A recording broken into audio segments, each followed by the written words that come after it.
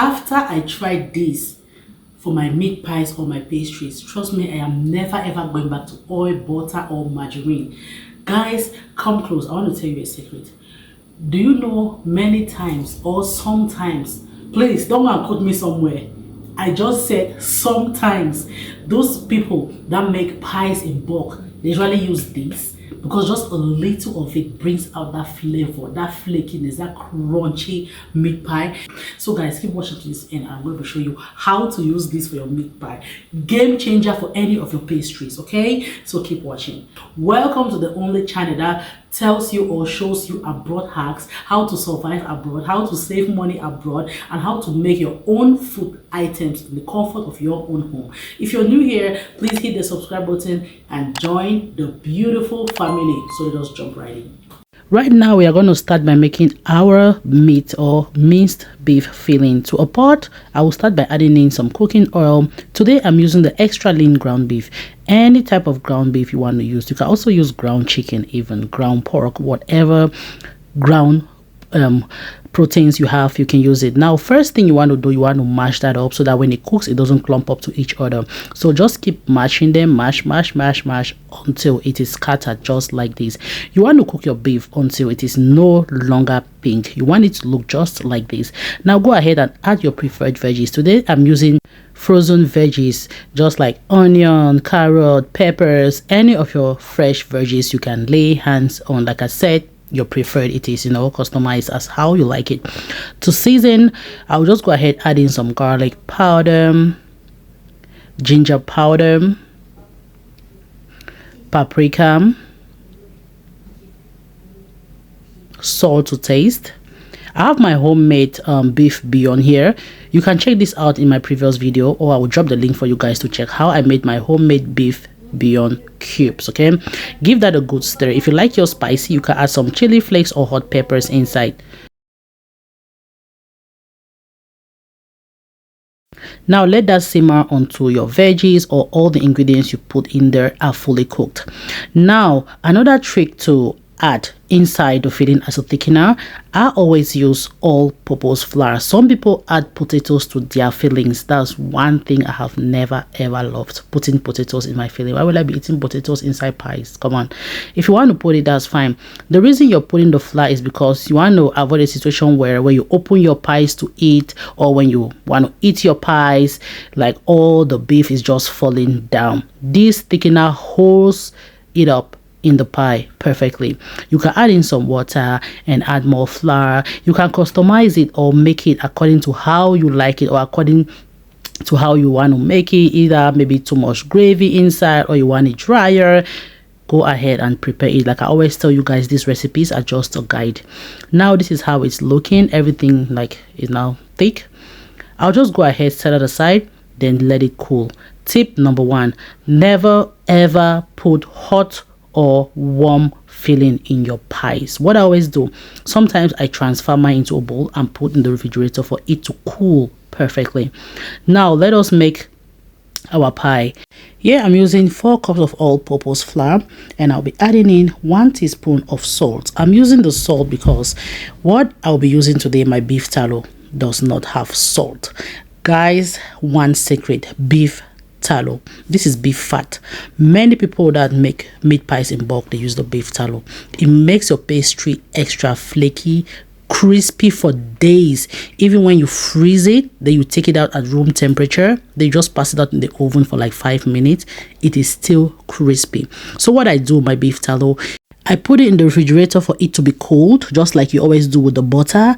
Then I now remove it and use this one I got from Costco. Normally it is at room temperature, but I just put in the refrigerator because I had to make my pies. Tip number 2, your beef tallow, butter, or margarine is supposed to be very, very cold. At this point, I had to give my husband to remove more from me because it was a little bit hard in the container. I used 1 cup of beef tallow, cold beef tallow. Okay, no butter, no margarine, beef tallow only. You can get it from Costco and it's really cheap. Also, if you have any butcher near you, just ask them if they have beef tallow you can purchase. And also you can get it from Amazon. Like I said, it can stay at room temperature also. Always, or I suggest you get beef tallow that can stay at room temperature. Okay, the one that has to stay in the fridge all along is going to be so strong that you cannot even break it. Now you want to mix until it is crumpy, just like this. Now I'll just go ahead and add in 1 cup plus 3 tablespoons of cold water. Tip number 3, cold water. Okay, everything is supposed to be cold because this is the secret for your pie to be extra flaky and crispy. Keep watching to the end. I'm going to show you how my pie turned out crispy. Do not over mix your dough. Tip number 4, do not over mix your dough. Okay, don't overwork it. When you overwork it, it's not going to be too flaky. You just want yours to be like, do you see I'm not really that pressing it? I just want it to just come together, and it has to be like a little bit rough, just like this. You don't want your dough to be smooth like your fish roll or meat rolls. No.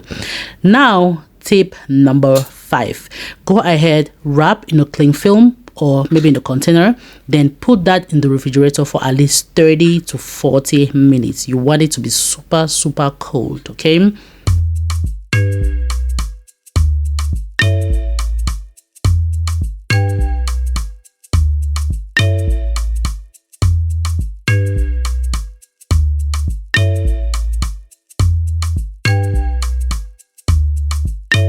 now it is looking good, very chilled. Just take out that from the cling film and you're gonna cut it according to the portions you need.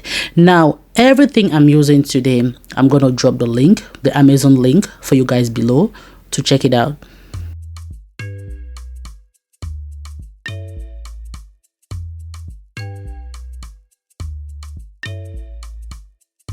Cooking with Claudy, cooking with Claudy, easy simple recipe. Cooking with Claudy, cooking with Claudy, easy simple recipe. African, Asian, American and worldwide recipes. You can see for my filling, I put in the refrigerator. This is how it's looking, very cold. Next, today I'm using or making 2 types of sizes, the little ones for my kids for lunch at school and the very large ones for my husband and I. Okay, this one is just okay if they take one to school, it's perfect for them. I also like to make cuts on it like this, but this is optional because I'll also be using a fork. Like I like to be extra sometimes. So this is the big one. If you love my shaper, I will drop the link for you guys too. So if you like what you're seeing so far, the beef tallow trick, if you've reached this point, comment love or love Claudy in the comment section. Let me know how far you watched this video. So guys, please don't forget to share this video. Somebody out there definitely needs this video. Don't forget to share it on WhatsApp, Facebook, or any of your social networks, not only for the views but to help someone out. Okay, now after filling everything, this is how beautiful that is looking. The shape is beautiful, the curds, see, it is so cold at this point. Now go ahead, you can use like a fork in there because you want that to easily bake and reach like the center of the pies. Another secret for flavor, I add in a little bit of milk to my egg wash. I'm gonna be using that to brush the pies with it. That's my little secret for it to have a very beautiful flavor. Now brush that generously all over the pies. At this point, make sure your oven is preheating or it has been preheated. Now let it go to the oven at 350 degrees Fahrenheit for about 30 to 45 minutes. After 30 minutes, just check it because you don't want it to be too burnt or very brown. You want your pies to be just like this, super flaky. The flavor is amazing. Once this is out from the oven, where you serve it hot, guys, have you ever eaten hot pies straight from the oven? See how beautiful that is looking. That is beef tallow. It is super flaky, crispy, the secret of using beef tallow. Ever since I used this beef tallow, I was like, you know what, I need to share this to my family on YouTube or all of my platforms. So this is it, super crispy.